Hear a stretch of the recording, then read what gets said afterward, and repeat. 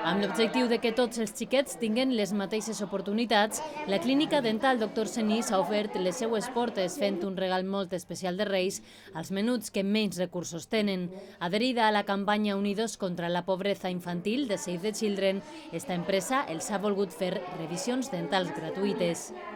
Siempre es un placer para nosotros intentar incaucar en estos niños que quizás puedan tener más dificultades en acceder a hacer unos buenos hábitos higiénicos y unas buenas prevenciones para que en realidad lo mejor que creo que les podríamos aportar es que tengan el menor número de problemas posibles a lo largo de su vida, que eso sería el mejor recurso económico que quizás nosotros le podemos regalar.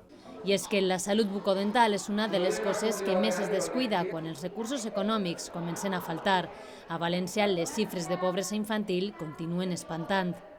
En la Comunidad Valenciana, 1 de cada 3 niños, como en el resto de España, está en situación de pobreza o en riesgo de exclusión social.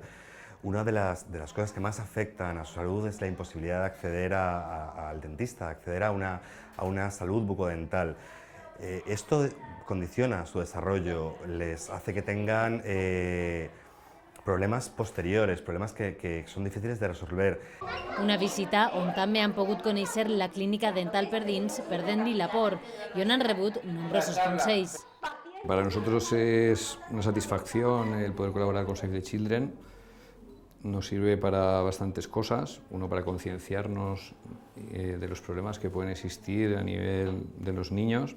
Nos ayudan en el trabajo diario que hacemos con cientos de niños de la ciudad de Valencia, niños y niñas en situación de pobreza o en riesgo de exclusión social, y además, y no menos importante, nos ayudan atendiendo a los niños directamente. Un regal saludable i solidari al que també es varen afegir lots de material escolar per a que estos xiquets disfruten com toca del seu dia a dia.